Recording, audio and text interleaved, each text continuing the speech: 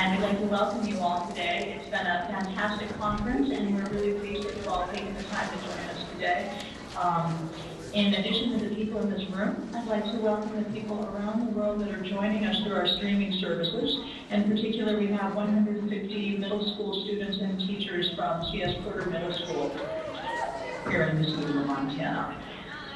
This session and this conference are an important part of our mission at the Mansfield Center to explore issues related to ethics and public affairs. We're charged with exploring the role that ethical values can and should play in public life, as well as issues of leadership and character. It's an honor to explore these issues of human trafficking in Montana and around the world in honoring the legacy of Mike Mansfield. Our special thanks today go to the University of Montana School of Law and Dean Irma Russell for sponsoring this luncheon and helping us with the conference. So I'd like to introduce Dean Irma Russell, who became Dean of the University of Montana Law School in 2009. Prior to coming to Montana, she was the director of the National Energy Environment Law and Policy Institute at the University of Tulsa College of Law. And we are very sad to say that she'll be stepping down as Dean. We're so glad that she'll continue to serve the university and the School of Law as a professor. So please join me in welcoming Dean Russell.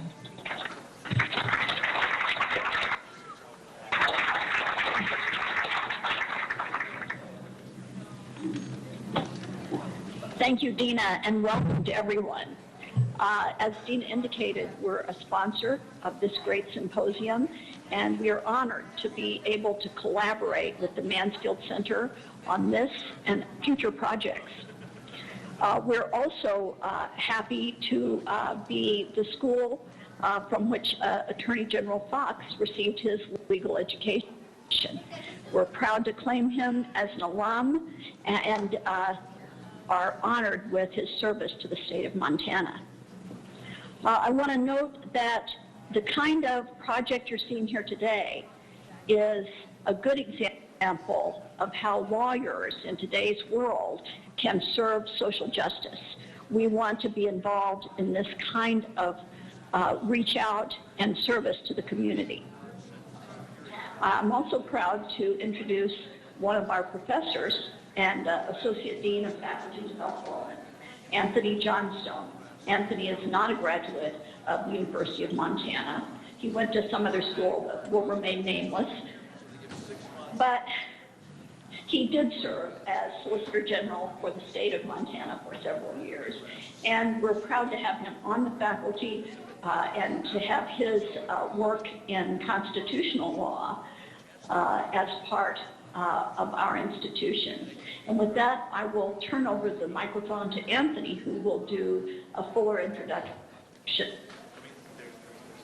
of Attorney General Fox. Thank you all for being here.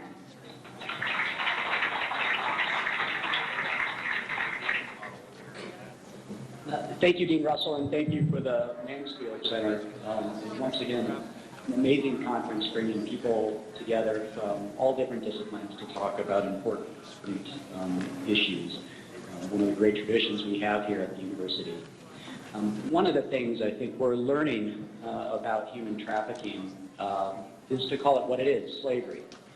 And as such, coming at it from a constitutional scholar's perspective, it is the one private action that our American Constitution prohibits.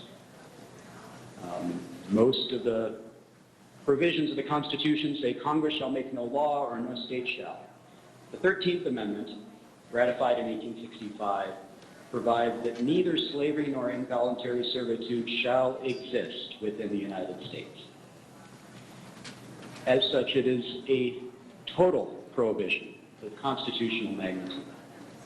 Yet, as we are learning today, a century and a half after its ratification, much of its promise still remains to be fulfilled across the world, and sadly, even here in Montana.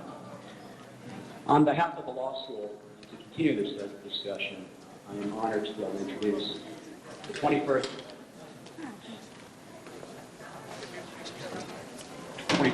Attorney General of the state of Montana, Tim Fox. General Fox was born and raised in Hardin, graduated from the University of Montana with a geology degree. Great pre-law background, same one I have before I went to law school. And as Dean Russell said, he went on to graduate from our School of Law. General Fox spent 25 years in private practice. I am 0-1 against General Fox in his civil rights litigation. He beat the state in an important civil rights case involving churches and campaign finance disclosure, where I was the losing attorney. He has gone on now as Attorney General to lead an office with critical initiatives in child protection, updating the sexual and violent offender registry, missing and endangered persons initiatives, and the subject of today's talk, human trafficking. So please join me in welcoming Attorney General Tim Fox.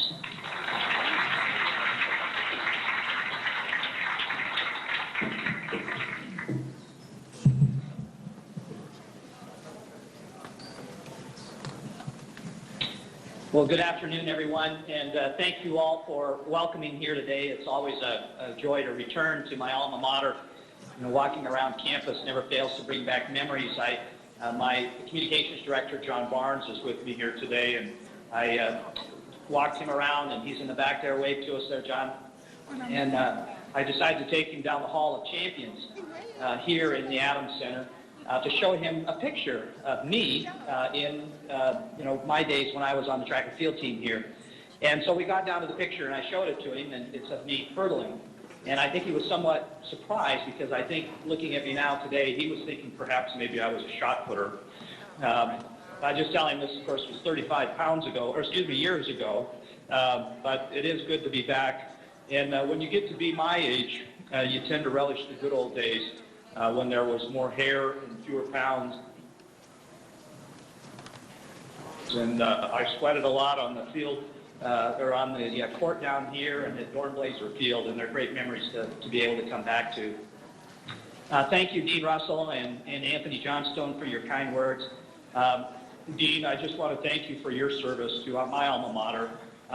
You are one more of a long succession of great deans at the University of Montana School of Law, one of which who is now working with me at EC. When I was in school, the dean was John Mudd, and I think John Mudd's son is here today.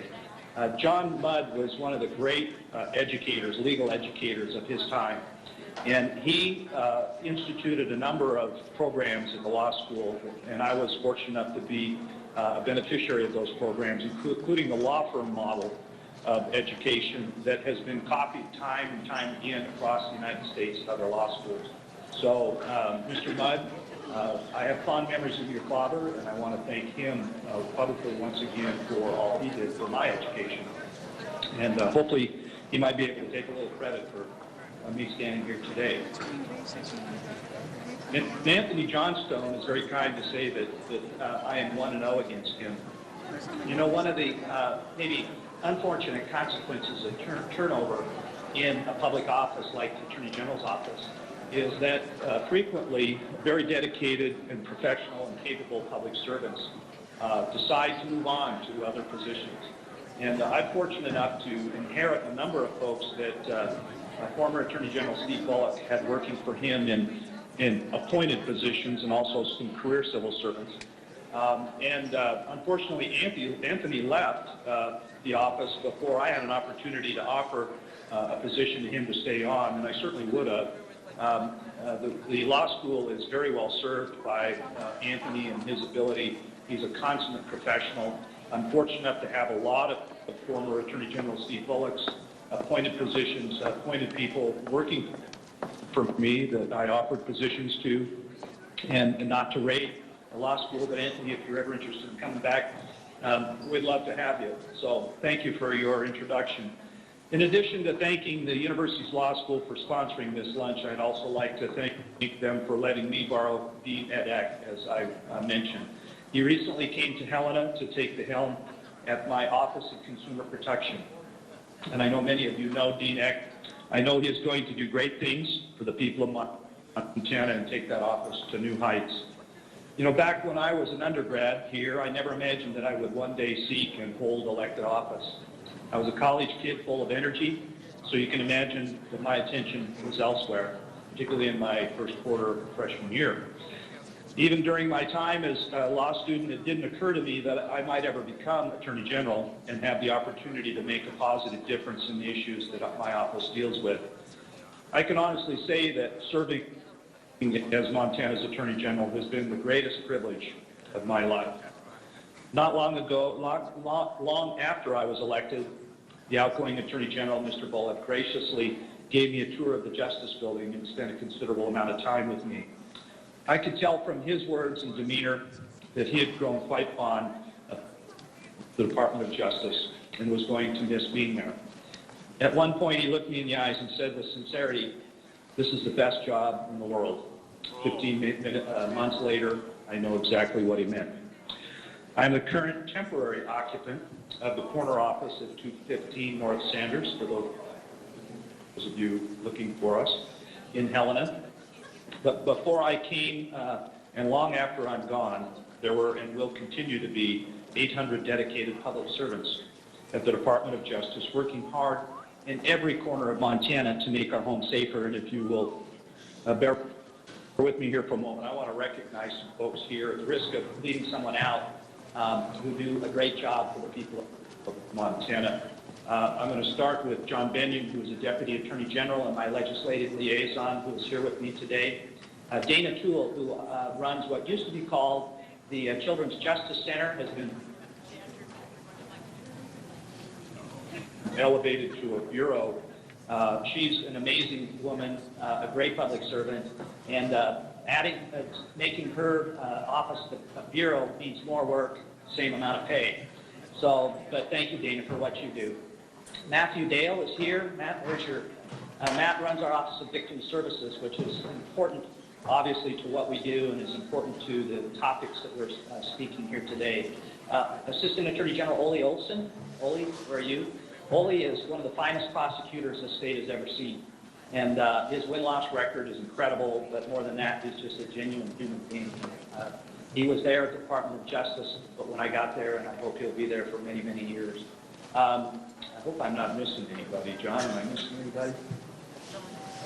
Oh, and John Barnes. I mentioned my communications director, who's in the back, who is also a great policy person. So a couple of those fine people are presenting at this conference this weekend. Dana Toole is, as I said, with our Children's Justice Bureau, and I could spend a lot of time telling you about what she's done. Ole Olson, who is one of our prosecutors, is also speaking at the conference, and he's one of the reasons why our criminal conviction rate is second to none here in Montana. And Dana and Ole spend their days immersed in the stark reality that there are a great many threats to public safety here in Montana. Many of those threats exist just below the surface of everyday life and aren't seen by most people. As you've discussed at this great conference, one such problem is human trafficking. The simplest way to define human trafficking is slavery. Though some people may have convinced themselves that it can't happen today and therefore isn't happening in our midst, as the old saying goes, wishing don't make it so. Human trafficking can take many forms today. It could be something along the lines of women being bussed into an area like the Balkan for prostitution. These women could be from foreign countries brought here illegally and against their will. Many of them could be underage girls. They could be runaways from other parts of America, deceived into prostitution or lured by some other insidious means. They could be Montana kids from families we know.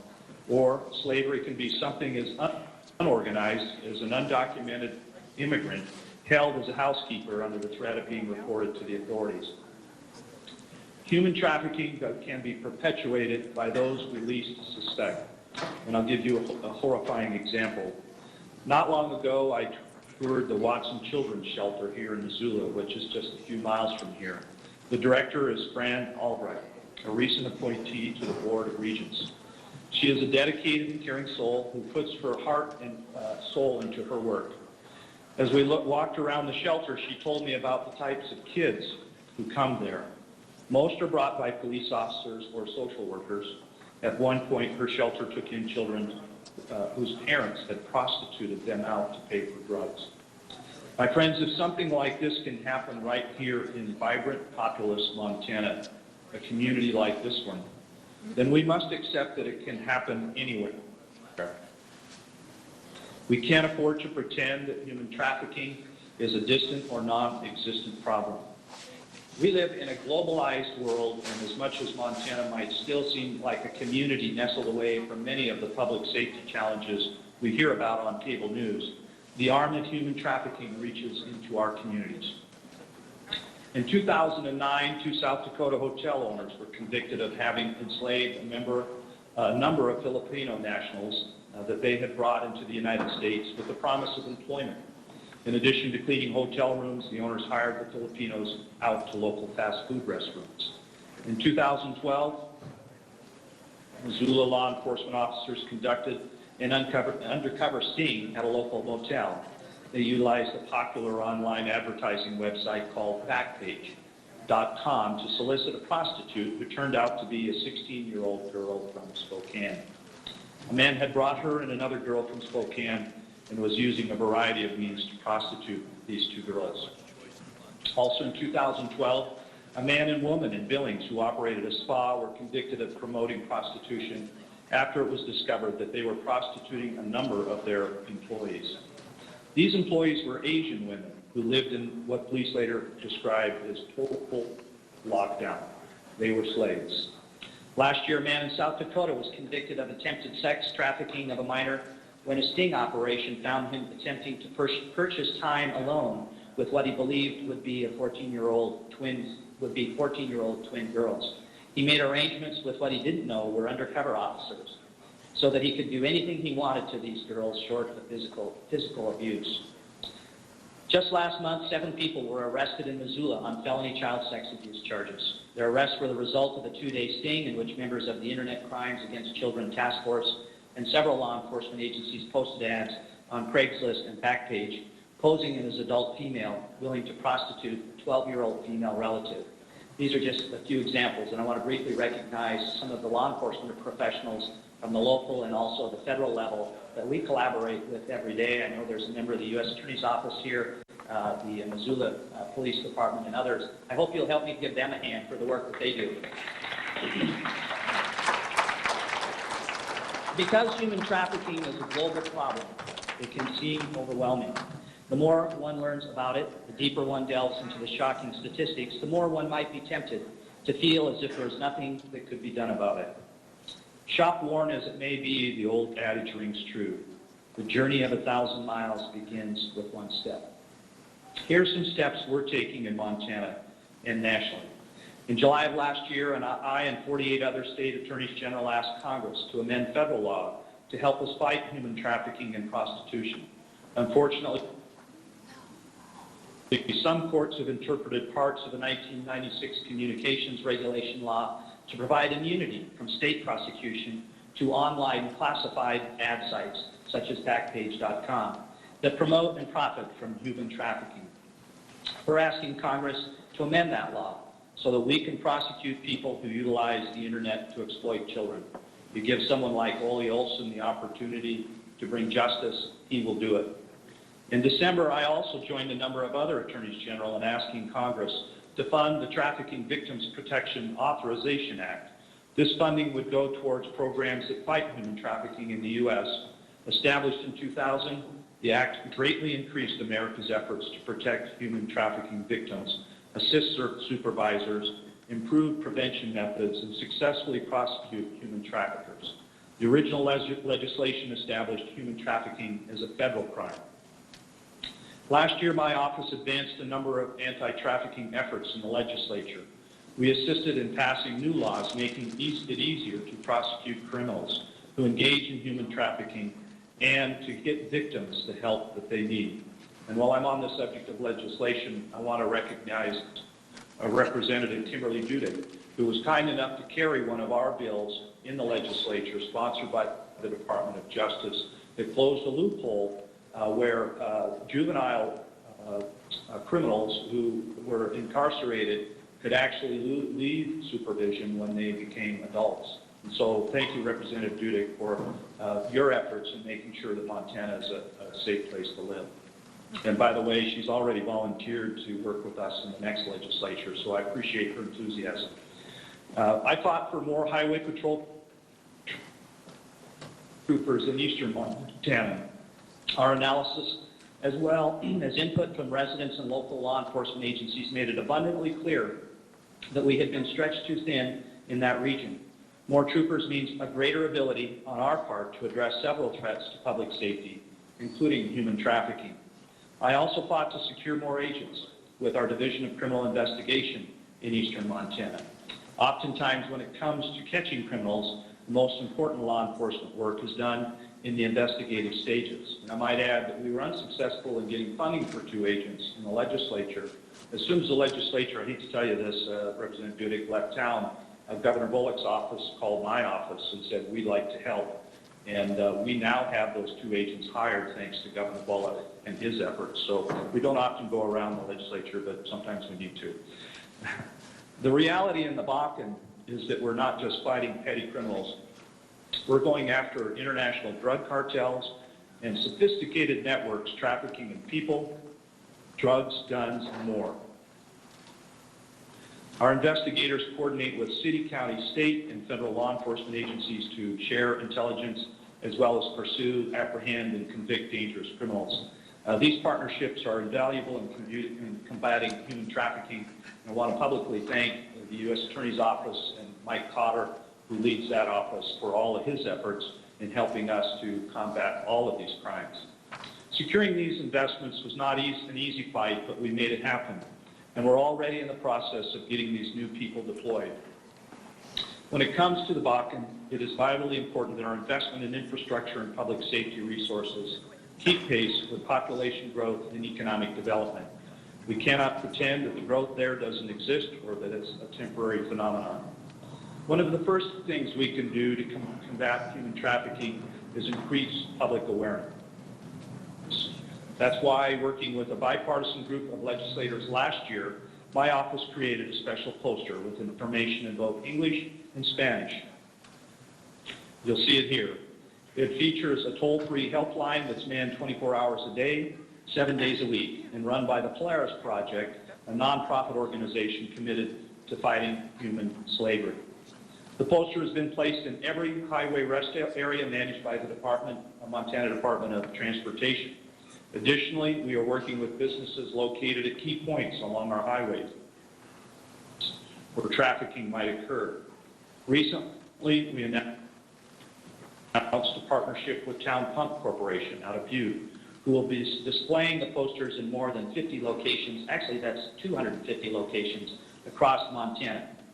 We're also in discussions, I'm excited to tell you, with a large trade organization in transportation, the transportation industry, to partner on human trafficking awareness outreach efforts, and you'll have to stay tuned for our announcement in that regard.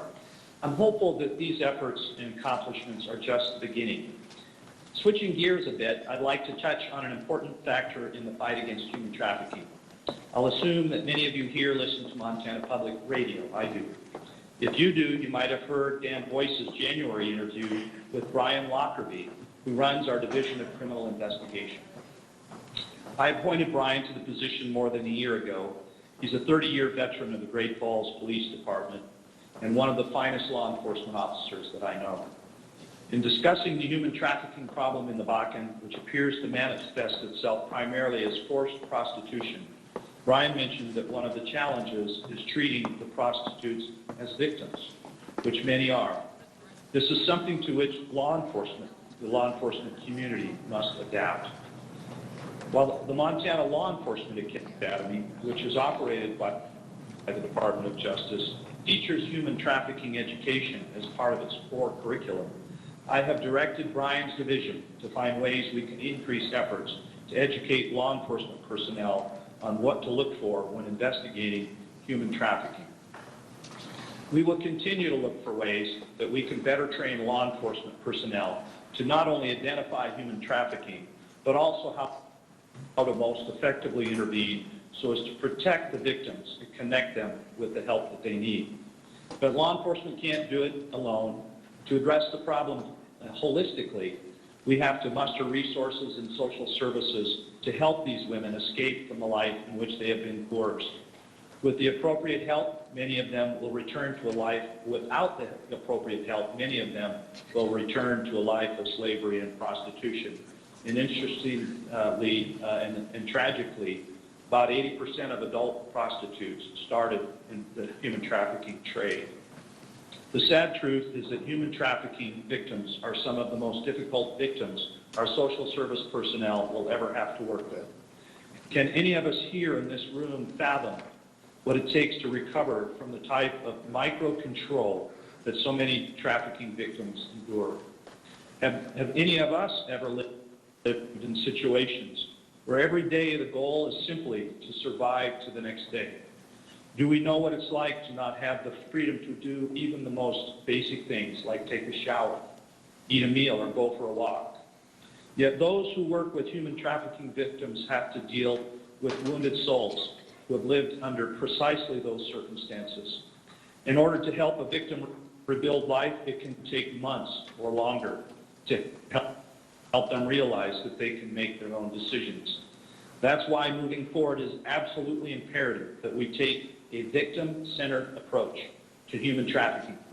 I'm pleased to be able to say that for the first time, there's now an office in the Montana Department of Justice tasked with the specific issue of human trafficking. Our Children's Justice Bureau, run by Dana Toole, is building partnerships intended to facilitate the very victim-centered approach we believe is necessary to help prevent rescued victims from falling back into the life they escaped. And if anyone can do that successfully, it's Dana Toole. This is one reason why places like the Watson's Children's Shelter right here in Missoula, which I mentioned earlier, are vitally important to helping rescue victims of trafficking. We can raise awareness of this issue. Law enforcement can work tirelessly to find and apprehend human traffickers, but those things are just the beginning. Each victim's life must be rebuilt and brought back into society. We need nonprofit organizations, shelters, churches, a network of support, and most importantly, trained individuals who are dedicated to helping. In closing, I want to thank the Mansfield Center not only for inviting me and other Montana Department of Justice officials to speak here, but most especially for holding this conference. Dr. Abraham Kim, thank you, and your fine staff for all that you're doing, not on just this subject, but so many more important subjects that are important to Montana and Americans. You should be commended, Dr. Kim and your staff, for putting together a top-notch group of experts from a wide range of fields and disciplines. I know for certain that the tremendous time and effort the Mansfield Center folks and all of the presenters put into this event will have an impact in fighting human trafficking. The motto chosen for this conference is appropriate because this is indeed a fight for hope and freedom. As I said before, the journey of 1,000 miles begins with one step. We've taken some of those steps here today. Let's keep moving forward and work for the day when slavery is truly a thing of the past and not a single soul is bought, sold, trafficked, or treated as a commodity. That's the American promise, and that's what we'll do. Thank you all, and God bless you.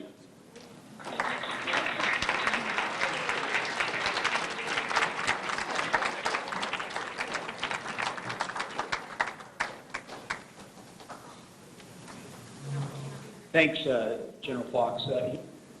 He's agreed to take the questions that people may have, so I'll call him up here and take questions. Raise your hand, and we have some microphones in the crowd.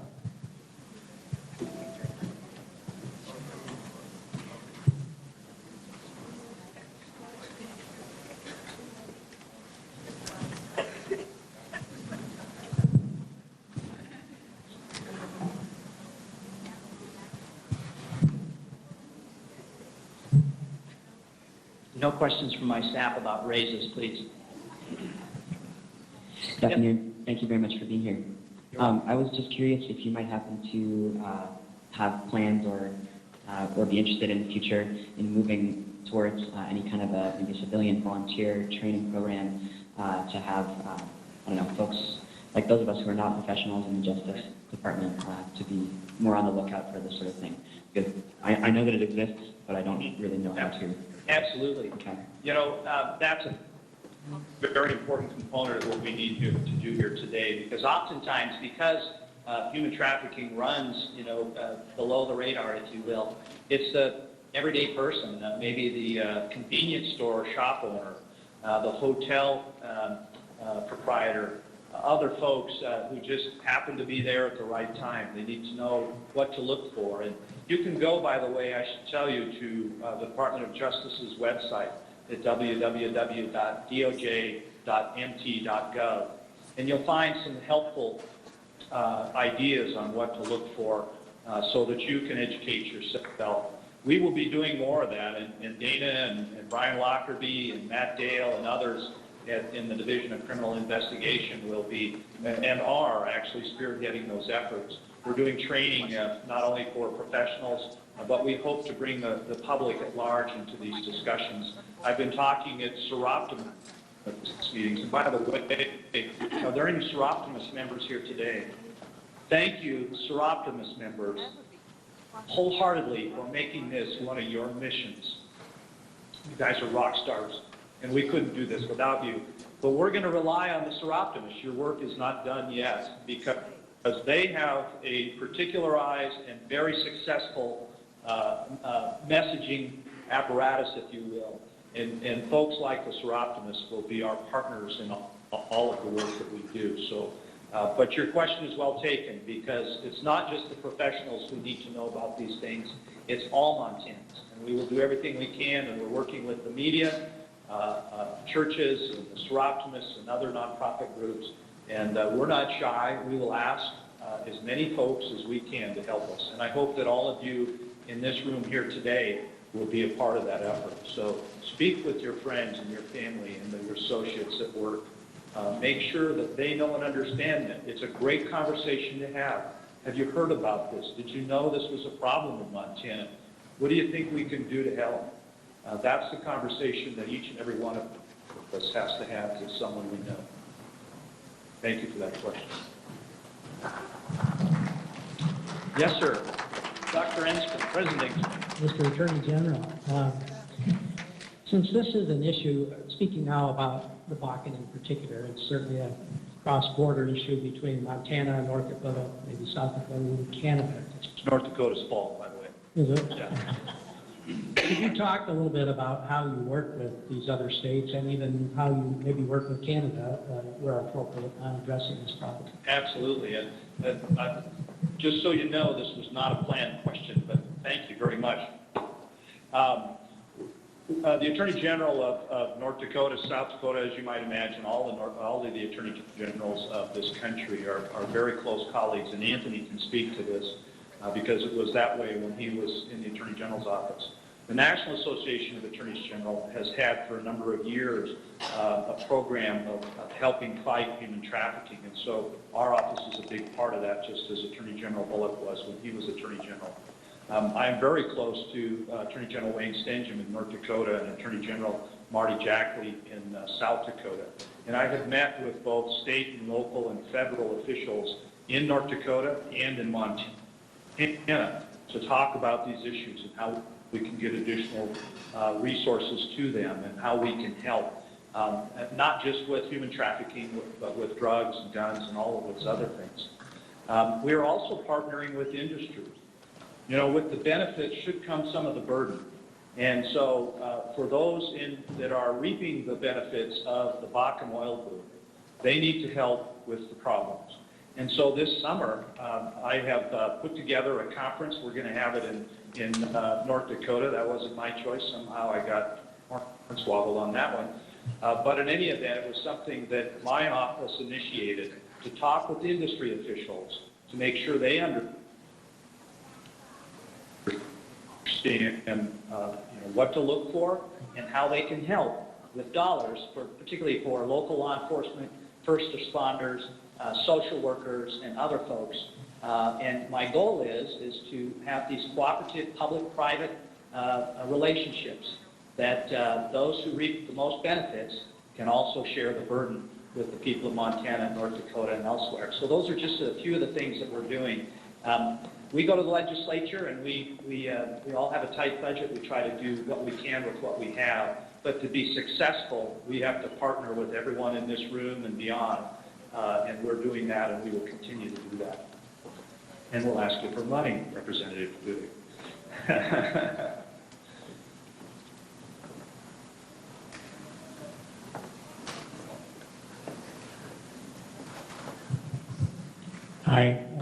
I work in the public media, and I'm sorry to say I'm sort of taken aback by the scale, the magnitude of the problem. I'm learning a lot here, and I'm embarrassed that I didn't know more than I did, and it scares me. So my question to you is kind of personal. Did you see this coming? You've been involved in legal affairs and law enforcement for a long time. Has the scale and magnitude of this particular problem taken you by surprise, or did you see it coming? And is it part of some much larger social, cultural issue that we need to be mindful of? Those are great questions, and I wish I could take credit for many things, but this one is not one I can take credit for. I have to give credit for bringing my awareness to where it should be in my office as Attorney General to a certain seroptimist from the Kalispell area who happens to be here today, and I'm blanking on the name. Help me out. Diane Yaris, who came to the legislature wanting to do this and many other things to fight human trafficking, and her colleagues in the seroptimist backed her up, and they continue to do that. That's the kind of initiative from a person who,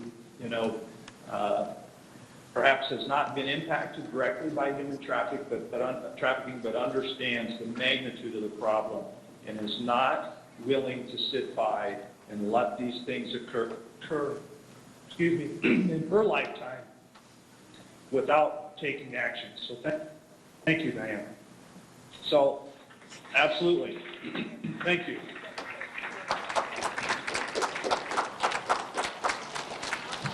I want to also mention Representative Sarah Laszlocky, who's one of Representative Dudek's colleagues.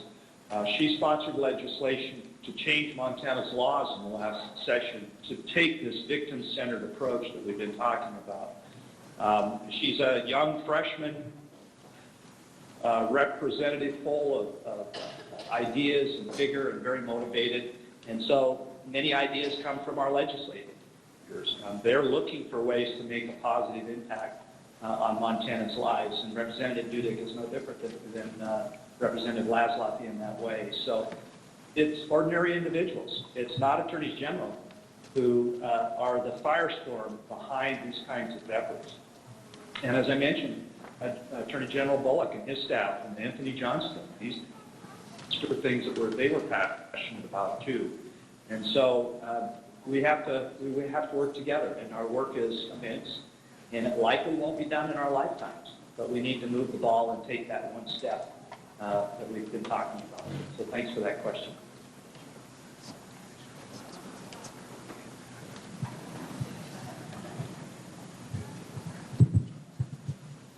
By the way, if you haven't noticed, I cry at movies. Hello, I'm Teresa Sobieszczyk from the Sociology Department here at UM. Hi, Sari. One of the things that came out of Melissa Farley's comments this morning was the intersection, at least of some prostitution with human trafficking. And so we were wondering if there's any signs of a move to change law or sentencing guidelines in Montana so that the solicitation of a prostitute stays on the male John's or client's record and cannot be expunged after 6 hours of educational classes? You know, that's a good question, and frankly, being a free market capitalist that we are in America, as long as there is a market, if you will, the Johns, as you say, that are looking for these things, there will be human trafficking and people's lives ruined. And I agree with you, and that's one of the things that we're going to, perhaps this might be a bill that Representative Dudek might be asked to carry. But we're looking internally at the way that we can, prosecute those criminals as well. And there are a lot of those folks that need help as well. We need to, again, look at these things from a holistic point of view. But more can be done, and that'll be a part of what we'll be looking at down the road. So thank you for that question.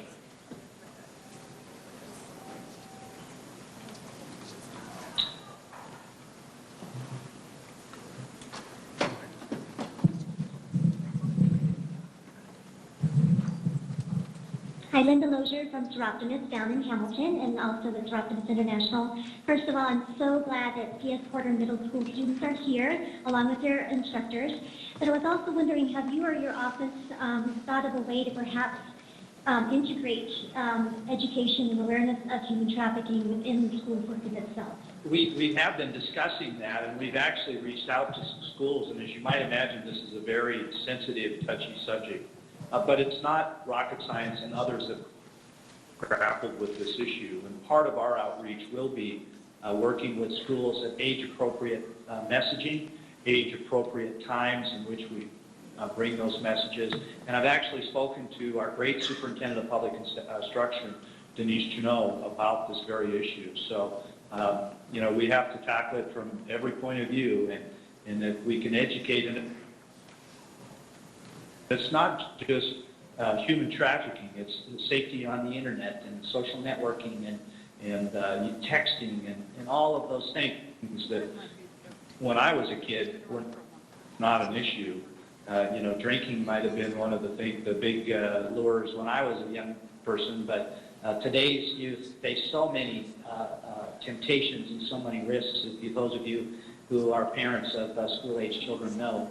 And so we need to do better because there are some very real signs that we can educate kids about what to look for and personal safety in those issues.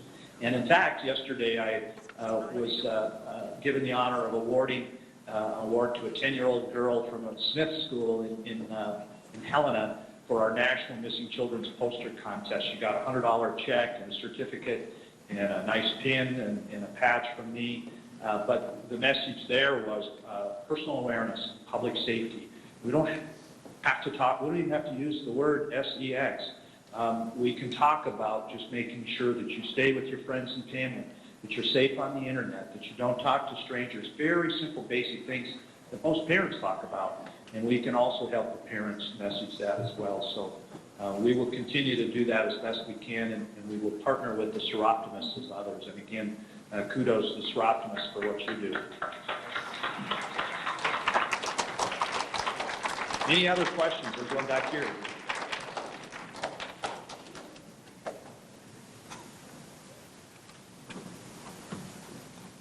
Okay. Well, there was someone actually over there near you. There we go.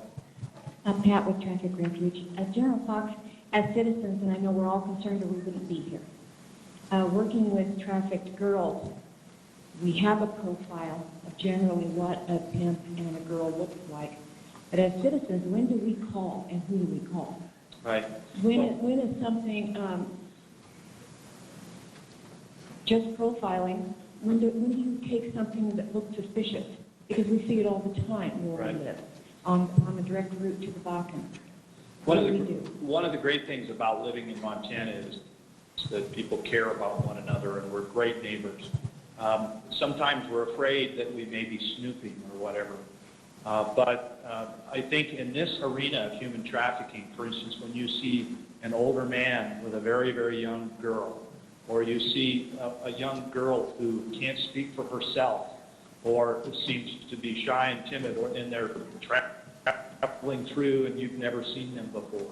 There are a lot of different examples, and again, I would encourage you to go to the Polaris Project, polarisproject.com, and also to our website, doj.mt.gov.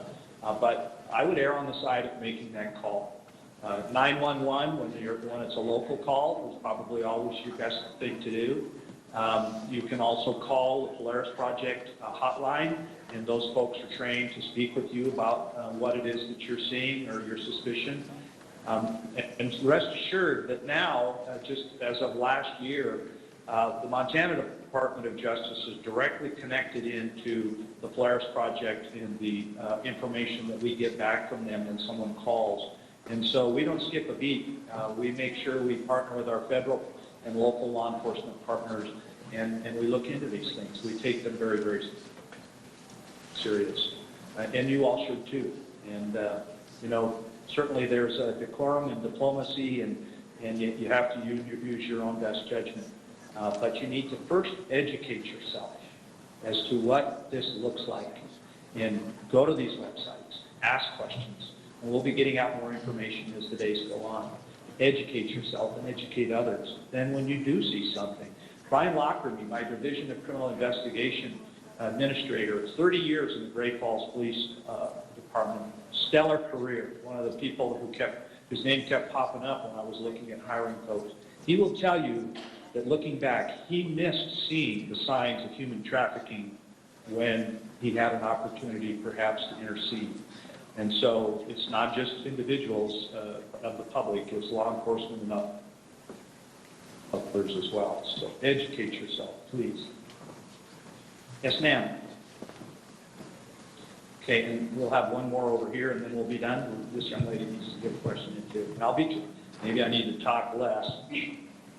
Good afternoon. Good afternoon. Can you talk to us a little bit about your victim services plan? Is the Children's Justice Bureau focused on just domestic minor sex trafficking? And what does the victim services plan look like for adults or male victims or for national victims?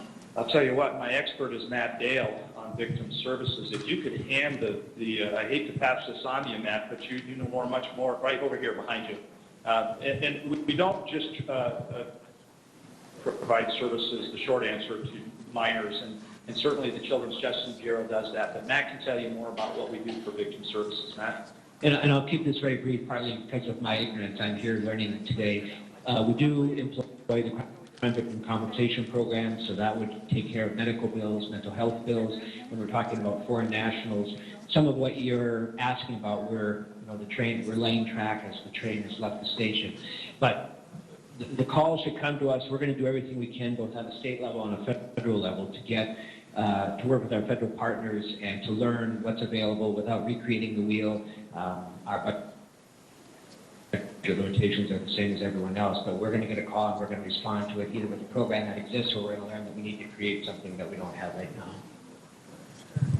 Thanks, Matt.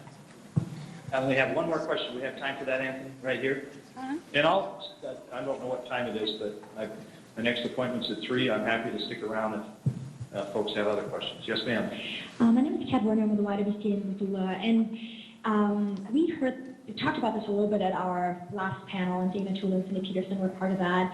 One of the questions that came up was specifically, when we think of trafficking, we all know it's about exploitation of vulnerability. So the most vulnerable people living in our state are our biggest minority of Native American people. So what is your office, in terms of services, funding sources, how are you planning on addressing, working with tribal governments and including services from tribal? Let me just first say that I wrote to Congress and asked them to reauthorize the Violence Against Women Act, and that particular part that gave tribal law enforcement, tribal courts the ability to prosecute familial abuse and some of these other child abuse and other things locally. In my office, I have made one of my planks or platforms, if you will, working to promote public safety and the betterment of everyone in Indian country. This is a major focus of my office, and we're reaching out to each of the tribal governments, tribal law enforcement. Just as an example, I took almost 40 people from my supervisory and managerial staff and my executive team to the Confederated Salish and Kootenai tribe. And I think the place where we start is we don't come and say, I'm here from the government, I'm here to help. We need to understand the people that we're working with. And so I asked them to give me a day-long seminar, and we're asking all the tribal governments to do this, about the history of their tribe, of their people, their culture, the struggles that they've been through, how their government is set up, how their law enforcement is set up, specific mannerisms and things about their life and their culture that are important to them. That serves then as the basis for us to build on cooperative agreements with all of the tribes. We have a couple of tribes that we have memoranda of understanding for law enforcement support and what have you. One of the first things I did was meet with Superintendent Junot to talk about school safety in Indian country and what we can do collaboratively to work in our tribal schools to make sure that kids in particular are protected. I hired a woman named Melissa Schlichting as an assistant attorney general last year, who has worked with tribal governments, and she has worked on tribal issues, and she's an amazing young woman. And her focus was, I have tasked her with making sure that these collaborative efforts in the reaching out that we're doing with our tribal governments is done and done well. And we're putting more emphasis on it than any other attorney general really in history has put into it. And the need is great. In my mind, it is an American shame that we have places where just because you were born there or live there, you have a greater instance of being a victim of crime and a greater instance of being poor. We have that in Montana, and these are places for safe havens for criminals. And until I am done being Attorney General and long beyond, we're going to do everything we can at the Department of Justice to promote safety and collaborative work in law enforcement in Indian country. So thank you for that question.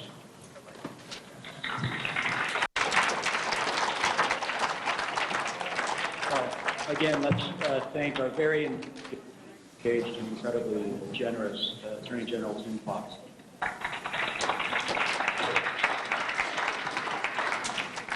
Turn it over to Dina right now to continue the rest of the program.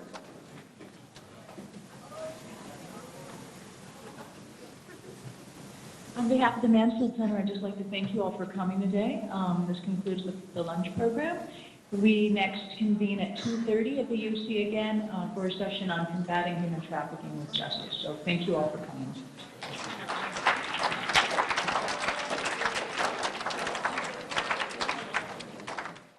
I just wanted to, first of all, thank our co-sponsors, Sir Optimus International.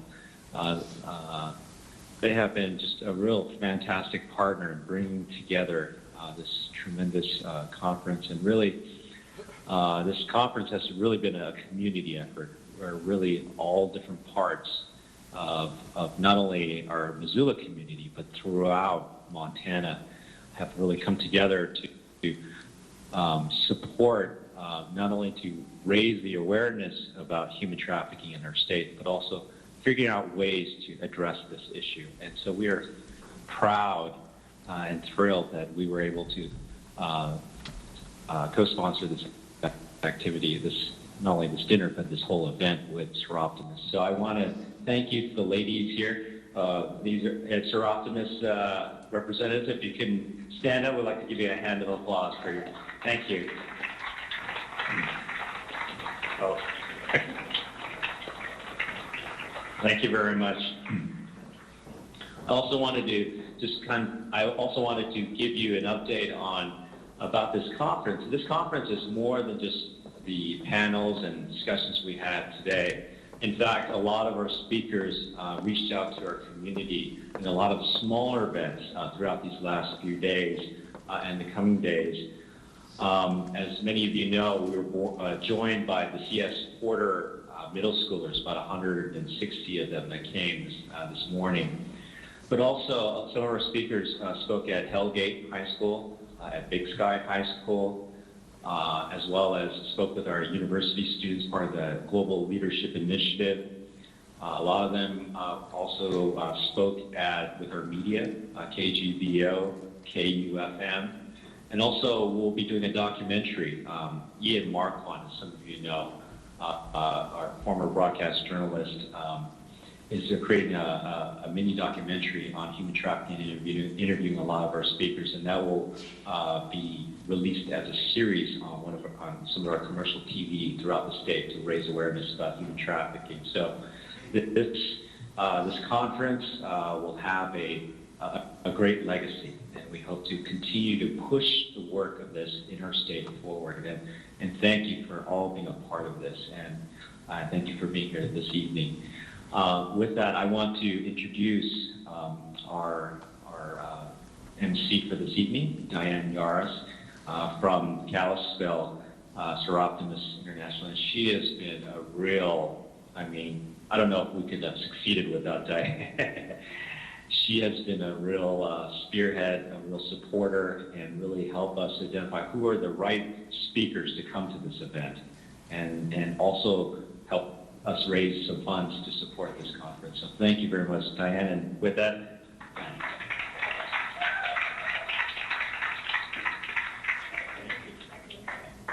Mutual Love Committee here. Well, thank you very much, and welcome, and good evening. Lower that a little bit. On behalf of the Montana-based clubs of Sir Optimus International, I really want to thank each and every one of you for your participation in this conference. If human trafficking is a new issue to you, it is our sincere hope that you will be inspired to move from a point of awareness to a platform of action, because it's going to take all of us to engage in this issue moving forward, because it's got so many facets that you've learned from today. With that, it's been really our honor as an organization that has been working on human trafficking now for many years to be able to co-sponsor this event. And I'd like to take this opportunity to really extend our gratitude and our congratulations to Dr. Abraham Kim, Matthew Olson, and the entire staff of the Maureen and Mike Mansfield Center for really organizing and executing a world-class event, bringing the issue of human trafficking to Montana. And I hope everybody please join me in applauding them.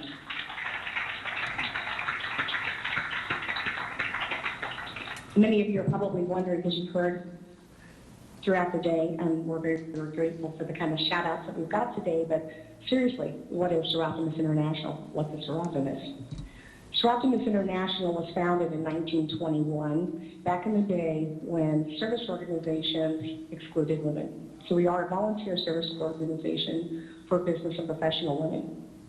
We work to improve the lives of women and girls in local communities and throughout the world. For decades, we were a service organization of women working for women. We strongly believe that education is critical for gender equality and economic parity. We also work stridently to end all kinds of violence against women globally. We're concerned about health issues that affect our gender, in particular, reproductive and maternal health. Because human trafficking affects so many women, 70 to 80% of victims of human trafficking of all forms are female. This became a priority for our organization. We do have consultancy status of the United Nations. So back in 1999, when the UN ratified the Palermo Protocol, which is kind of nickname for our international law that addresses human trafficking and defines human trafficking, we were all ears. And that's when it kind of hit our radar as an issue that we need to get involved in as an organization that is promoting women's rights and women's protection. The Palermo Protocol was very unique in that it became that victim-centric law. And we've heard about it a little bit throughout the day, but what does that mean?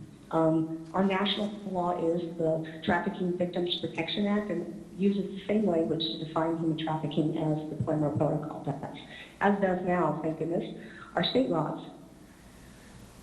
But it's one thing for a law to say that we have a responsibility to serve and restore the victims of this crime, and another thing to actually deliver on that.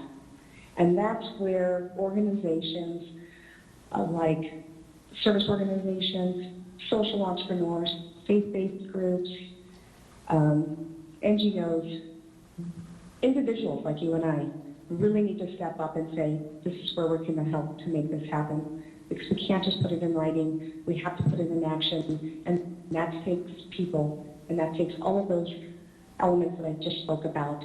And that leads me to the introduction to our speakers tonight, because they are shining examples of social entrepreneurship, NGOs that are getting in there regardless of whether or not government has funding for these programs. They're going to make it happen. Sarah Simons founded an organization called Made by Survivors. She is a classic example of somebody who transformed, literally, she transformed her own life in order to help women who are survivors of sex trafficking to transform theirs. Not everybody has the guts to do something like that. Not for Sale is an organization, and again, very organically grown. David Johnstone, Ethan's father, realized that a business in his community that he frequented was part of a human trafficking network. And he really never thought about where did things come from, who's serving me, what is their circumstances. And it takes that kind of awareness. He wrote a book called Not for Sale, and their nonprofit organization is named after that. And they do a lot of excellent work in raising awareness for consumers of where's your things coming from. You need to take a time to stop and think about that. So we really appreciate the work and we can't underestimate the value of the work these organizations bring. It was wonderful to hear about what we're doing legislatively and what our governmental agencies are doing that have a mandate to protect victims of human trafficking and protect citizens in general. But it really takes the hard work of people like Sarah and Ethan and any number of the organizations that are here tonight to really make that happen. I'm going to share a personal story, and I'm going to go so flipped. And I probably will. But back in 2006, when we recognized, I wrote a letter to the editor in recognition of our first National Human Day of Human Trafficking Awareness. And I ran into an acquaintance of mine who said, Diane, do you know Linda McNair? She is passionate about human trafficking. In fact, she's been to India and everything. Well, I didn't know Linda at the time, but from that conversation, I did get to know Linda. And through similar scenarios, Linda met other women in our community in the Flathead who were also advocating for awareness on human trafficking. Those 5 ladies formed what we call the Flathead Abolitionist Movement.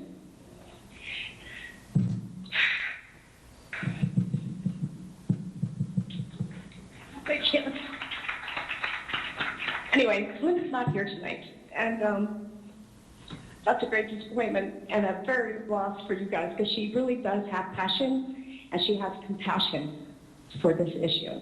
So, Linda, if you're out there live streaming, we love you. And she really has been a mover and a shaker in Montana. I can't take all that credit. But one of the very first things that we did as FAM was we had a social at Linda's house, and we had wine and hors d'oeuvres, and we invited our friends and colleagues to her home to watch a short video by the Emancipation Network about Made by Survivors. And it featured the stories of these women in India who were survivors of sex trafficking and offered a way for us to extend a helping hand and figure out how we can support them through the purchase of the items that they were creating, to learn a new craft, to support themselves, and to support the shelters that they were in post their trauma and their trafficking. So we had a display table of items made by survivors and a catalog, and if people wanted to, they could order items made by survivors. And the necklace I am wearing tonight, and Sarah recognized it immediately, was one of my early purchases from Made by Survivor. So it is a personal honor for me to introduce to you at this moment, Sarah Simmons. Simon, sorry. I know I screwed that up. Wait, a little adjustment there. I am so humbled to be at this conference. I've been many conferences on human trafficking and on violence against women, and honestly, I can say Abe and the team and Seroptimus and all the people who supported this. This is truly one of the best, loveliest experiences I've had at a conference. I felt so cherished, from the minute you guys first emailed me through every minute of this. And it's because I think the whole community is involved. So, there's plenty of support, and you guys have thought about all our human needs and really made us welcome and incredible diversity of speakers, and I just thank you so much. It's truly a joy to be here and share. So we have been going for it today. We've had so much information, and I think we haven't really skated the surface. We have dived deep into some really painful issues. So I just want to ask, with total honesty here, for show of hands, who either today or when you first started finding out about the issue of human trafficking felt total despair and overwhelmed. Right? Because this issue is excruciating to look at. and especially when you first start looking at it, can feel very overwhelming. You know, and maybe even at times you might feel hopeless, or like, what can I do about this? And that issue, I think, is what we as a movement have to overcome in people, this feeling of this is so awful. You know, when you first tell someone that you're involved in the movement against human trafficking, they even sometimes, you know, they react physically, oh my God, right? This is really difficult stuff, you know, especially when we're talking about child trafficking, sex trafficking. Some of these issues are very, very difficult for people to look at, and that is an obstacle that we have to overcome. And I have to be very honest with you, because you might think, you know, Sarah's running this nonprofit. She must be one of those people who, you know, every time they hear an issue, they're like, yeah, count me in. And you know, really just dove right in. And that is absolutely not what happened. I mean, I could not have been more resistant. I had a completely different life. 10 years ago, I was a songwriter for film and TV. And primarily, I wrote very emotional songs for love scenes and death scenes in soap operas. And it's just the kind of songs I wrote. I don't know what to tell you, but my career in composing was coming along very nicely. And, you know, starting to get a lot of traction with that. And I also had two very small children. They were 2 and 3 years old. So I felt that my hands were, I had, you know, they say I got my hands full, you know, I'm all set. I'm a busy career, and I'm also a mom of 2 very small children. And my song, one of my songs was in a feature film that was going to air at Trafficking Film Festival in New York City. So I went down to the festival with great excitement, and I was sure that this was going to be a life-changing event for me, because this was my first feature film, you know, soap operas no more. This is going to vault my musical career, you know, into another strategy that's really going to change my life. So down I went to my conference. My husband also came along with me, and we had many different events around that film festival around our film. And I had a 1 window of time with no events, so I had a free pass to see anything at the film festival. I was so excited because I love movies, and I definitely wanted to go see, you know, maybe some kind of chick flick, or definitely a dramatic film, no documentaries, please, you know, got a handful. Mom, I already told you I have a full-time job. So I'm looking through the listings, and I see very few films, unfortunately, in my time frame. And in fact, the only film in my time frame was The Day My God Died. So I'm like, oh, what a name, I mean, oh my gosh, no. It's a documentary about child trafficking between India and Nepal. And if I know, I mean, that is great, power to them, but absolutely not. I mean, I'm here to celebrate. I already know about that, and what am I going to be able to do about it? Those are my thoughts. That was my reaction. I said it out loud. I'm not going to go to that. So I'm going to look again through my listings, and there's still nothing else for me to see. And I have a free pass, okay? So I'm from New England. We're known for thriftiness. I'm not going to waste it. Plus, I had to go home, and everyone goes, what did you see? And I didn't see anything but my own film. How lame. No. So I knew, for nothing else, sheer pride, I was going to have to go see The Day My God Died. So very reluctantly, I went. And, of course, as you can imagine, my world was blown apart, because I didn't know about this. You know, I thought I knew about it. You think about it, when you watch what you see on TV, you think of this as an isolated tragedy. You know, you don't get the picture that this is a global issue affecting all of us, which I think was an issue that's really been well covered today. This is in Montana, this is right here in town, this is, you know, this is in Cambodia, this is in Africa, and this is everywhere. This is an issue affecting millions and millions of our brothers and sisters. And obviously the stories that were shared were gut-wrenching.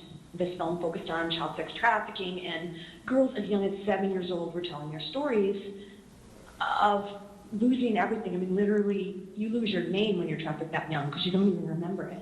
I mean, you're so traumatized. You lose your family, you lose your dignity, you lose your future, you know, and a lot of times your life, because people were getting HIV/AIDS, and that was before there was any treatment. So I certainly was very, very struck by the tragedy of the situation. But actually what I think, thank God, this movie wasn't one of those documentaries where you just want to go shoot yourself. It actually had very many hopeful aspects. And it was showing people all over the world who were doing something about it. You know, and they were from every walk of life. People like me, maybe a professional woman from America, and and maybe it's a teacher from Cambodia, and it's men and it's women, and some of these heroes are the survivors themselves who had created an underground railroad and they were rescuing others. So here I see on the screen, here's people who, been trafficked to the age of 11. They've lost everything. They're still incredibly impoverished. They're facing unspeakable social stigma. A lot of times they can't go home to their family. And yet they are at the border every morning, trying to prevent other people from trafficking. And they are getting rescued. They are empowering their sisters and trying to save others. And it was absolutely just a moment, a epiphany, a life-changing moment. I said, I cannot live my life the way I've been living it. And I can't bear that this is happening unless I do something about it. Like this is, I was crying, not even like cute crying, like the tears, like sobbing and like snotty. This the whole, I was beside myself. But I also knew like, that's it. So the movie gets done.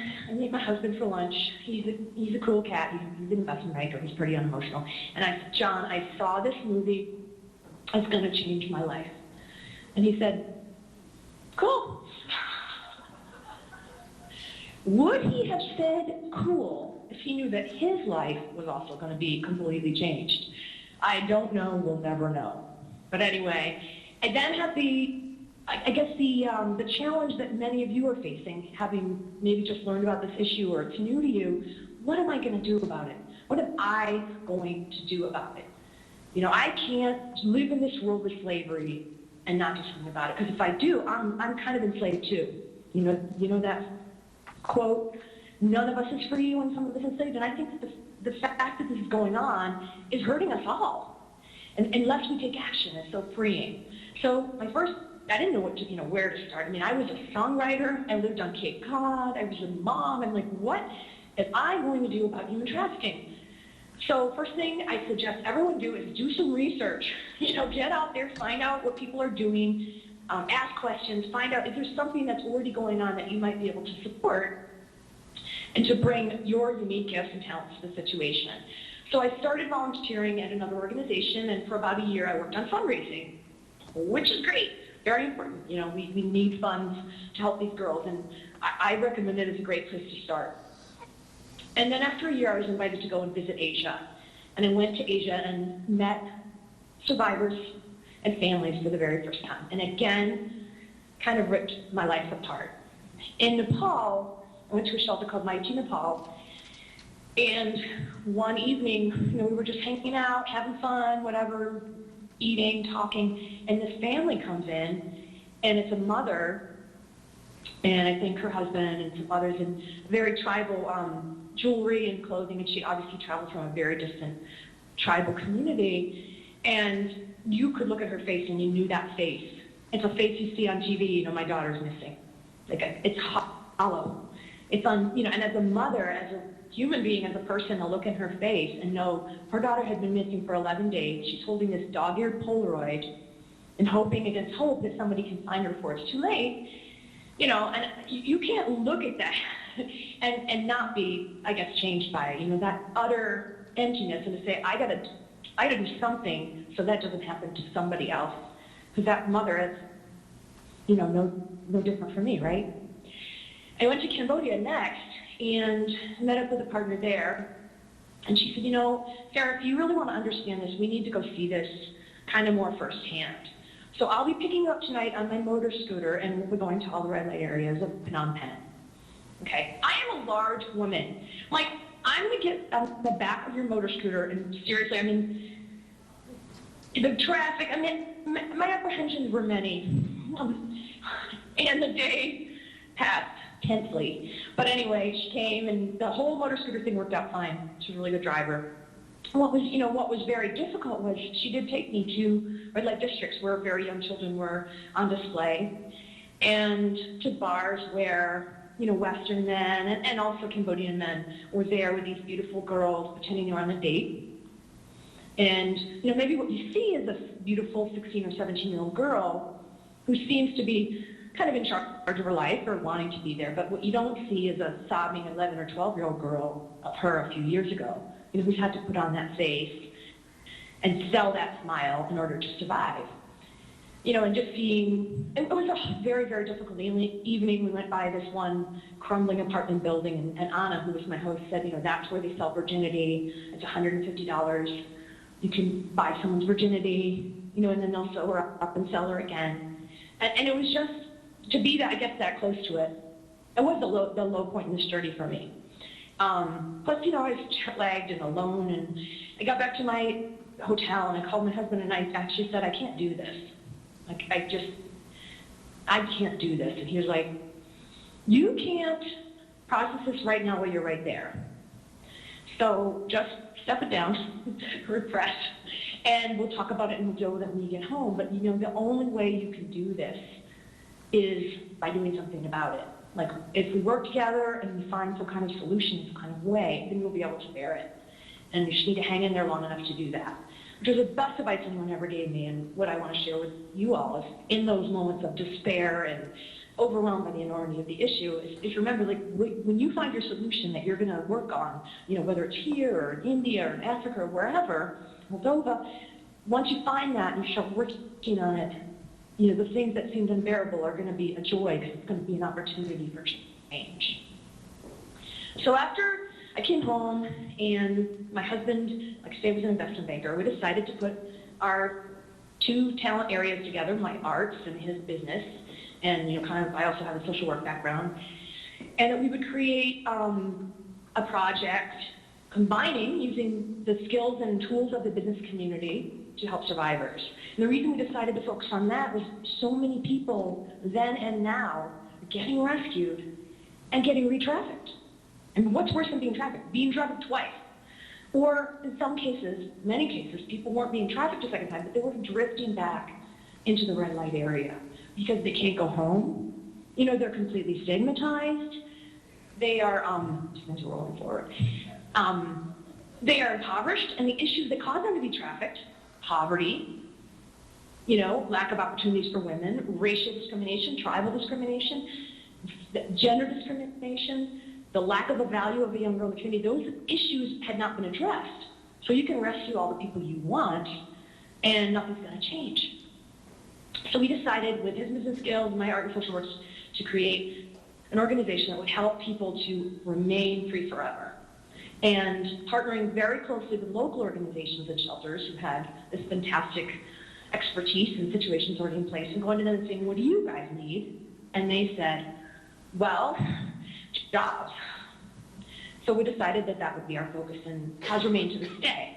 But as we went on, we also learned a lot. We learned a lot. We failed a lot. We screwed up a lot. And we asked a lot of questions repeatedly of our partners and also of our survivors. Are we meeting your needs?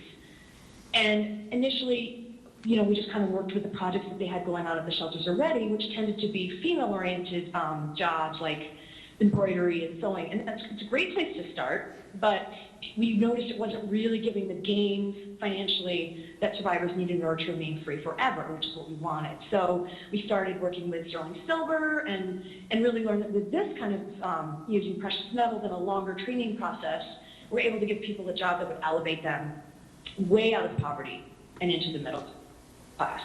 And I think that's important, whether we're looking locally, in the United States, or if we're looking internationally, just remember that because these people, survivors, have a rather large burden to overcome, we want to make sure that we don't just settle for okay services, because it's not going to be enough. They have an additional burden to overcome. So my husband ended up leaving his job in investment banking, which was very scary. And it was wonderful. I was very inspired. But wow, really? And then we sold our house, and we decided to use our savings to start a nonprofit, which has been the most amazing journey, because people say, what about your kids? And you can't give them what you used to be able to give them, but what we're giving them, the legacy that we're giving them, is of service. And I think it's way better than the other things that we used to be able to provide. And we'll see how they feel in a couple of years. But right now, they're still very much going along with it. And, my daughter will always be raising her hand in school, and they'll say, slavery was abolished in 1864. It's like, it may have been. But, no, and it's just been such a gift to take this journey as a family, with my husband, And to see over the years the things, like I say, that caused me almost unbearable wrench and pain, now seeing those transformed. And I just want to close with a story about one of my girls, because I think it kind of explains how it all makes sense. Her name is Kajol. She's 20 years old. At the age of 10, she was actually born into a very impoverished family in Calcutta, and they lived under a tarp. And initially, she was just sent to work at the railway station, sweeping floors. And here's where you see that there's intersection between human trafficking and so many other issues: child labor, child marriage, the environment, and domestic violence. And in this case, there was a couple of those different things going on, but for several years, she just went and she swept the floors of the train station and lived with her family on the street. But then, because she was a vulnerable child at the train station, she ended up being trafficked to the Mansfield, to a brothel. And I really don't know how long she was there, because a lot of times for the girls, it just becomes and then the police came and took me. They don't really have an idea of how long that time was because of the extent of their trauma. But she is a very petite girl, and she was able to see an escape route of a window in the bathroom. And this child, at that point, was maybe 15 or 16 years old, went and got a policeman and brought him back to rescue 2 or 3 other girls, which was so great, because the police are so corrupted, and they'll just take you back. She risked everything. This child was such a hero, and she ended up, because of her heroism, the 3 other people were saved. She got into a shelter home, and one of the things that we do is we support a healing home for survivors after rescue. And then when she was 17, she joined our jewelry program, and she really had a knack for it and became this incredible designer. And so she was still in the shelter in Mumbai, and finally her court case was resolved, and it was decided she was going to return to Calcutta, which is where she's from. The great news for us is we had a program there, and we were able to arrange that she could go back to our program.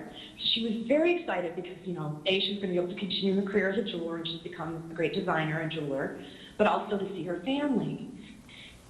When she got home, and this is so typical, her father has died, but they have a broken heart because you left, looking for you, and she's blamed by her parents, by her mother and brother and sister, and completely rejected. And this is just, a child who's just like, can't wait to see my family. I can't wait to see my mom and dad. And to go home and to be given that kind of a welcome, it's heartbreaking. Everyone rallied around her, the other girls and the staff and the counselors, and, gradually she's been making a very, very strong recovery. And I just saw her in January, and she's doing great. And I said, what do you want to do? And she, in the future. And she said, well, I want to become a great jeweler like Diana. Diana's the trainer who went over there. She said, but what I really want to do, I want to be a trainer, because I want to be able to bring this gift to other women, from my street, from my village, so this never has to happen again. And there are so many girls who are doing that, and it gives me hope, because, I'm not going to be here in the future. They're the future. And if you can empower them, to rebuild their own lives, but also to be the rescuers, and to save another generation. And they always do. They always want to pay it forward. So I just want to say to you guys, as you're considering, what are you going to do with all this information today? The darker a situation is, the brighter your light can shine. And you cannot find a darker situation in someone's life than a slave, than someone that is enslaved.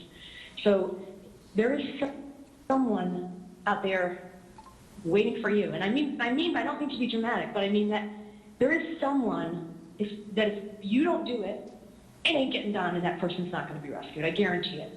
For some of you, it might be 100 people. Some of you might be one person, and 1,000, whatever. If you do your work, whether it's fundraising or advocacy or direct services or engaging with an NGO, someone or many someones will be saved, and if you don't, they won't.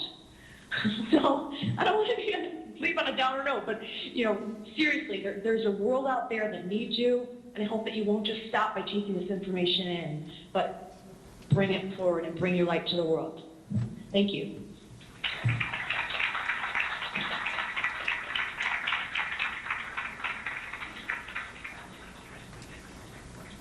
Thank you, Sarah. That was very inspiring and uplifting. And now it's my great pleasure to welcome to the podium Ethan Batstone from Not for Sale. Again, this is an organization. There's a lot of organizations and nonprofits that are involved in human trafficking, but there are not too many that have the history and the track record of really working with this issue when it was first evolving in its social awareness, with communities really becoming aware of what's going on. And I really believe that the book Now for Sale in 2007 was a very critical publication to raise awareness about what's going on, and for us as individuals in our everyday lives to look up and go, yeah, what is going on here? So without further ado, Ethan Backstone.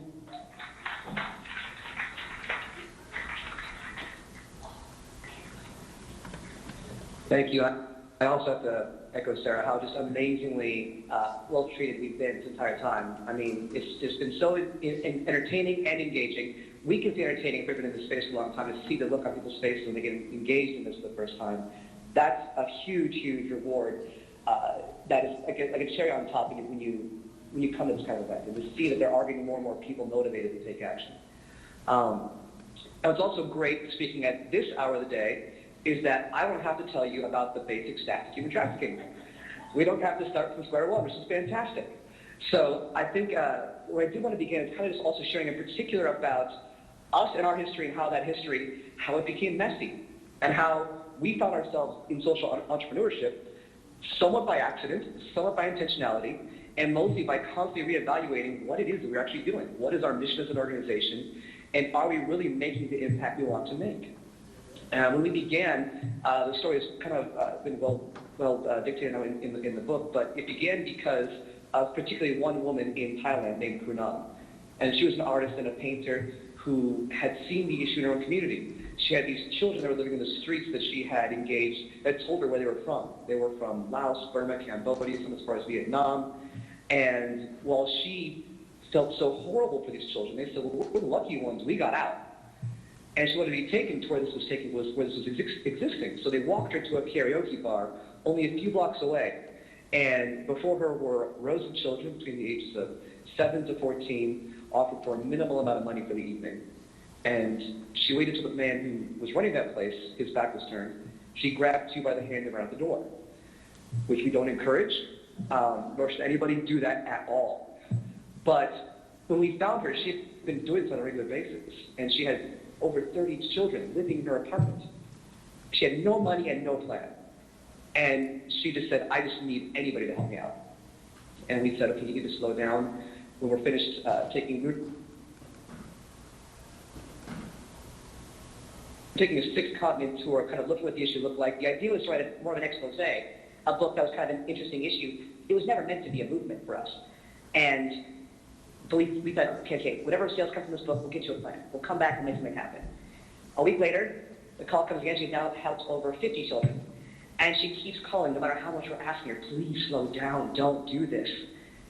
When we finally reached a point of awareness for us that this was bigger than we understood was when going through Uganda, and she called saying that she now has over 103 children that she's pulled out. Her friends' homes can't sustain them. They had fled the main village to live in high grass and open fields in makeshift tents because now they're headhunters that are being hired by these traffickers going after her life. Because she was moving from them their financial property. And so at the beginning, there were women like Prunam, there were women like Lucy Borjan, Peru, women like Mariana in Romania, that we found people that had passion, we found people that were in need of assistance, and we started funding those immediate needs by touring the country, going around North America, going around Europe, sharing their story to help fund them, and trying to get anyone that would listen to think they can take up their action steps too. Whatever you do, whatever your creative background is, whether you're a student, a teacher, a member of law enforcement, an athlete, a musician, an actor, whatever you do, you can do something. And we spent the first 3 years of our organization making many different programs that ended up spreading us so thin. We were definitely making progress and affecting the immediate needs of those lives, and we definitely don't ever want to say we weren't making an impact, because we were. But our mission statement at the very beginning was always, our goal is to end slavery in our lifetime. And we found that everything we were doing, while very beneficial, was still just reactionary. And we really want to recognize for ourselves, what is it really going to take for us to actually achieve that goal? And so looking at our space as a whole, we found ourselves at a table with a number of fairly decent-sized nonprofits that we all thought we had a similar mission and similar action steps. And now what we're doing is we're saturating a market of social justice to which people are fundraising for the exact same needs, but now we find ourselves, unfortunately, behind the scenes in some form of quiet competition that no one wants to talk about. What's frustrating about that is that we need to figure out what it is that we do. What is our core competency? We got to stop doing X because they do X. We got to stop doing Y because they do Y. What is it that we do well, and where is there space in this movement that is clearly underserved? And what it came to was our recognition of our projects themselves. It felt like there was a revolving door, the constant need, more and more funding to be raised for these projects because there wasn't enough walls, not enough rooms to sustain how many people needed to be housed, needed to be taken care of. And we thought at one point, wouldn't it be great if we weren't the people standing at the side of a rushing river, pulling drowning bodies out of the river, but what if we could head upstream and find out why they're falling in to begin with? And for us, it became very crucial for us to look at where are the root causes, what are the root issues for this? And there are many, particularly in the East African region of the world, for why sexual trafficking, forced labor, child soldiers, any different pod of group in that net sphere, numerous factors exist. But what is that we can make an impact on, that we can see the most progress going towards? And it came into a number of ways. One ended up becoming that we started investigating supply chains. We started trying to educate consumers as well as businesses on the products that they either make or the products that we purchase here in the United States. We created a 40-point metric system and an algorithm that created an A, B, C, D, or F grade based on the brand, so we could bring back this information to consumers. As it stands today, just last week released a coffee report of coffee trends in the last year. It's a 30-page report in which we try to grade these companies on the ethical factors of the supply chain, their transparency factors, their monitoring policies, what is their code of conduct, what are their employee empowerment opportunities, and breaking all those down allows us to try to put the power back in the consumer's hands to shop intelligently. As we've grown, though, we still wanted to see how we are able to affect more regions of need. So an example right here of how we wanted to dig deeper into the data of a project. I'm going to speak about Peru and where Peru was in 2008 versus where it is today. In Peru, there's a woman named Lucy Borja who we've been working with for a long time, who was a social worker and who was providing shelter and education and employment opportunities to young boys and young girls in downtown Lima. And to a large extent, there were too many people needing shelter. We didn't want to stop funding her. We still continue to want to fund these kind of projects like that. The frustration for us was where are they all coming from? And we started trying to look at the intelligence about our systems. We found that 70% of them are not from Lima, so where are they coming from? And the vast majority of the 70% was coming from the very far northern border in a Madre de Dios region of Peru, and we had to figure out then why. And it turns out that the criminal mentality that had come into their community to start gold mining, the price of gold had skyrocketed, and they wanted to come in and deforest the land and try to mine for gold in rivers. They also needed a workforce to do so because, as historically as a Californian I can speak to, one gold miner in a creek does not amount to much. And as they started trying to not unsubtly pull people from their lives to make them work for them, they started then forcing people to remain in that service of employment under the threat of violence. We spoke to one boy in this region who needed work because there was no agricultural opportunities anymore in the region because of what these miners had done. He began to work for one of these miners who kept him there working 12 hours a day at a hand-pumped crank in the river, trying to mine gold that would never come. And he was kept at gunpoint. He managed to escape in the middle of the night and had sought asylum elsewhere. But when he was telling us this, we then find his village and then finding what are the needs of that village. And we had to find out what those needs are because what we've also learned over time is that the notion of a handout isn't working. The notion of a charity, of giving over money to a community like this is not going to work. We need to help put in what can be a systemic solution that's sustainable and long-term. And so we also recognize as a nonprofit, for us, as a frustration and a reality, was some of the financial figures that we've mentioned today. Now, it's been, I think, recognized that the general stat term of human trafficking is a $32 billion a year annual industry, second largest in the world.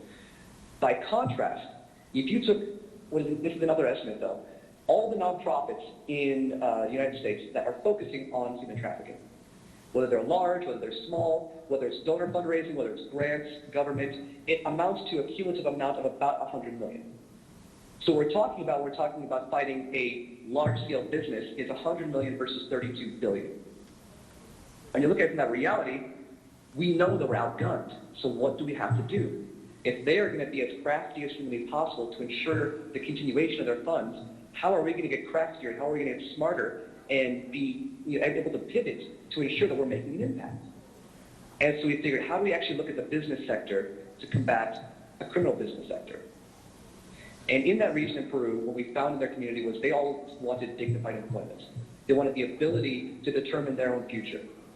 We found some of the most rich natural resources on the planet and no access to trade. They had another reason is because those miners had not been finding gold, they ended up blocking trade or paying very low amounts for the product to take downstream and make a lot more money by exploiting the farms that they now are surrounding. So obviously solution one is let's provide a boat. But what happens when that boat wears out? It's not long-term enough. So we also realized that our own intellectual capacity of a staff of about 15 at this time was not going to solve this issue alone. And we had jokingly said, what if we were able to block the 40 to 50 smartest people in a room to solve all our problems for us? And we attempted to do that. We held an event in the Bay Area that we called the Montar Circle. We invited 40 particular people of influence, whether they were large entrepreneurs, whether they were inventors, whether they were heavy hitters, people from the social sector. And it ended up being a unique hodgepodge of people. Now, those people liked being invited because they wanted to come and network with each other.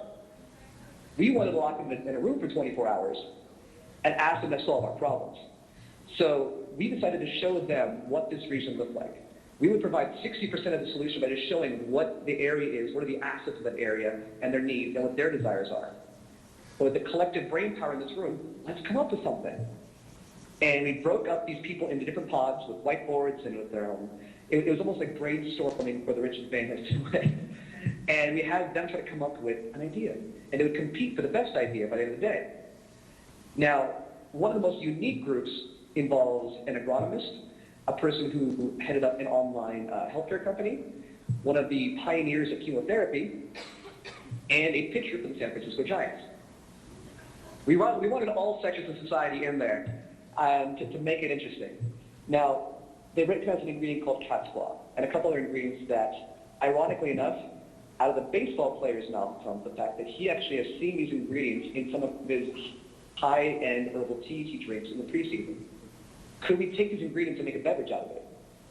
And it became one of those very obvious, well, this is a very simple proposition. We're not asking to create something very high-tech. We're asking to take the exact things that they can source. How do we make that possible? And then to confirm that they actually have medicinal properties, we had the healthcare company person look up all different properties that make this beneficial product. We recognized that this will not go too far, though, without a plan. Luckily, the table next to us had a former vice president of Starbucks who invented the Frappuccino. He tells us, if you can come up with a good drink, I can help you sell it. So then we figured, okay, now we have an opportunity. And that ended up winning that opportunity that day, but all it was an idea. When presented in front of those 40 people at the end, we kind of said, whatever we come up with today, not per se, we'll begin working on come Monday. And one person in the back stood up and said, I'll invest $10,000 right now in that future company without even a business plan. And it was from there we thought, okay, if this could really work, this could be something very unique for us. If this product grows and this product sells, we'll keep sourcing the ingredients from these regions, and we'll do it directly from the growers there. Where at one point in time, it took us 3 years to support 112 people in our Peru project because the funds we were raising tirelessly, this now, within 1 year's time, could help 1,200 individuals on their communities and their farms by one product. So we didn't make that product. We found a person who helped create the flavors for Zico coconut water, for Honest tea, and he was kind of a diva artist of the beverage community who wanted out of the beverage game, but he offered to make this drink, if they gave him carte blanche to make it the best drink he could ever make for his flavor profile. And we said, that's fantastic, as long as you source in the region that we dictate. And he created a drink called Rebel, R-E-B-B-L, stands for roots, extracts, berry, bark, and leaves. We wanted to share this long-term story and strategy to our constituency and try to share with them the understanding of, I know you've seen us like this for a long time. Will you walk with us in this? And they helped fund our first startup of that. Within 1 year's time, Rebel became its own company. It's now sold in every Whole Foods in California. and has slowly in the last month and a half began heading east towards Colorado, towards Arizona, and as that product continues to sell, and it is doing well, it's only going to continue empowering those regions. And as we obviously do not want to overextend our reach within that area, it then becomes on us and a group of People Planet to ensure that we can then source those same ingredients from other communities that are of need. And now that one product, as that sells and a percentage of those sales go back to not for sale, helps start following us, and we can start working with other companies that start creating these types of products that then have donation funds that come back to us for the usage of these sales. We are then finding new ways of funding our organization. We are then finding new ways to reach out to the root sources where the most vulnerable to trafficking were existing, and we're trying something new.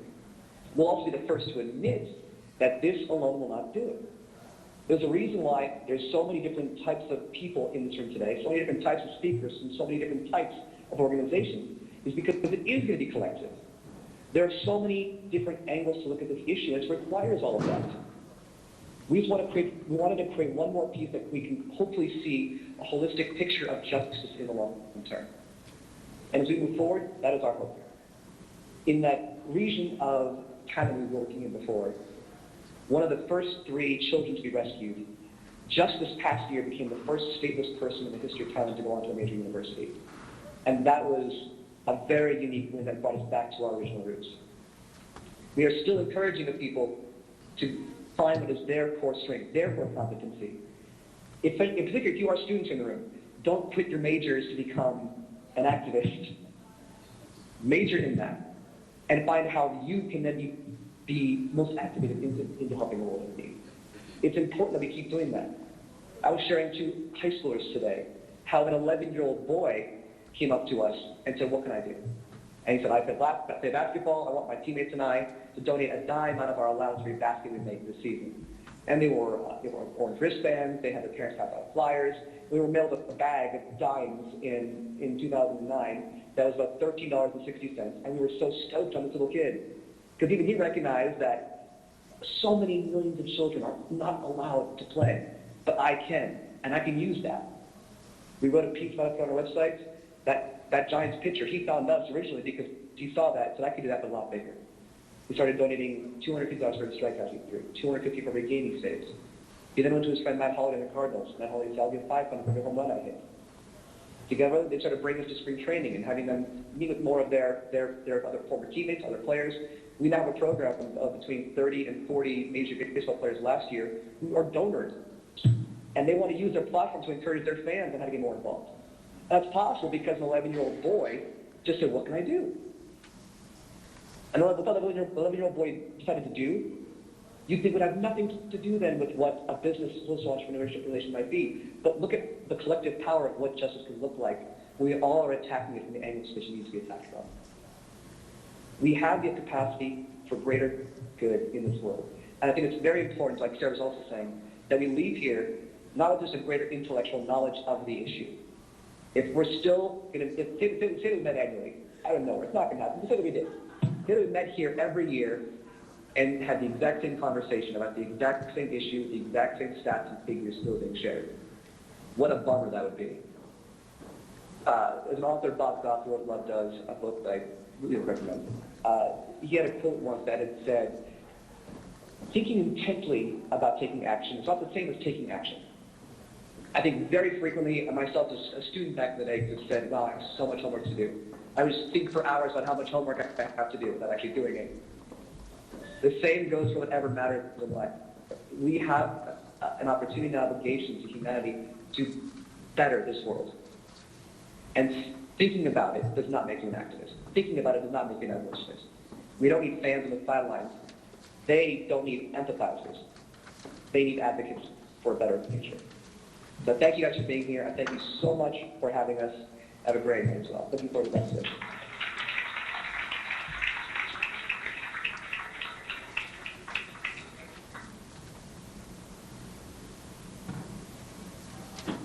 Unfortunately, we don't have time for questions.